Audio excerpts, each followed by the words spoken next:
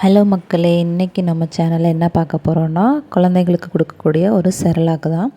அதை வீட்டிலேயே எப்படி செஞ்சு கொடுக்கலாம், என்னென்ன பொருள் எவ்வளோ யூஸ் பண்ணணும் அப்படிங்கிறதெல்லாம் பார்க்கலாம். ஸோ ஃபஸ்ட்டு நல்லா கடாயை சூடு பண்ணிவிட்டு கழுவி எடுத்துக்கோங்க. அதுக்கப்புறம் அடுப்பில் வச்சு சூடு பண்ணிங்கன்னா தண்ணியில் காஞ்சிரும். நல்லா சூடானதுக்கப்புறம் 1 கப்பு ஓட்ஸ் எடுத்து நல்லா வறுத்துக்க போகிறோம். மீடியம் ஃப்ளேம்லேயே வச்சு வறுத்துக்கோங்க, அப்போ தான் அது அடிப்பிடிக்காது. ஸோ நல்லா வறுத்து எடுத்துக்கலாம். அடுத்தது நீங்கள் அதை எடுத்து உடச்சி பார்த்தீங்க அப்படின்னாக்க நல்லா மாவு மாதிரி ஆகும், மொறுமொறுன்னு இருக்கும். இதுதான் கரெக்டான பதம். ஸோ இதை எடுத்து ஒரு தட்டில் கொட்டி ஆற வச்சுக்கலாம். அடுத்தது மக்கானா அதே கப்பில் 2 கப்பு எடுத்துருக்கேன். ஸோ அதையும் நல்லா ரோஸ்ட் பண்ணி எடுத்துக்கலாம். ஸோ அடுப்பை மீடியம் ஃப்ளேம்லேயே வச்சுக்கோங்க. வறுத்ததுக்கப்புறம் அதை எடுத்து அமைக்க பார்த்திங்கன்னா முறுக்கு மாதிரி நல்லா மொறுமொறுன்னு உடஞ்சிரும். ஸோ அதுதான் அதோட கரெக்டான பதம். அதையும் தட்டில் எடுத்து கொட்டி ஆற வச்சுக்கலாம்.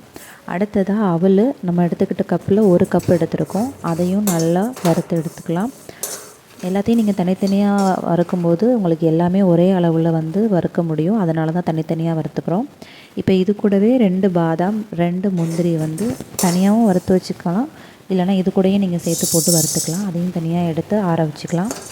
அடுத்ததாக பொட்டுக்கடலை டம்ளரில் 1 கப்பு எடுத்துருக்கேன். அதை நல்லா ரோஸ்ட் பண்ணி எடுத்துக்கலாம். எல்லாத்தையுமே மீடியம் ஃப்ளேம்லேயே வச்சுக்கோங்க, கரைஞ்சிடுச்சுன்னா பொருளும் வீணாக போயிடும். இப்போ தட்டில் எல்லாத்தையும் கொட்டி நல்லா ஆற வச்சு எடுத்துக்கோங்க. இதுக்கப்புறம் இது என்ன பண்ணுறோன்னா அரைச்சி எடுக்க போகிறோம்.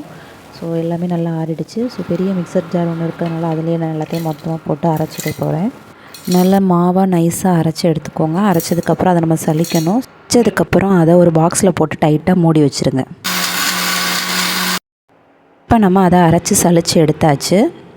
சலிக்கும்போது சின்ன சல்லடையில் சலித்து எடுத்துக்கோங்க. அப்போ தான் மாவு உங்களுக்கு நைஸாக கிடைக்கும்.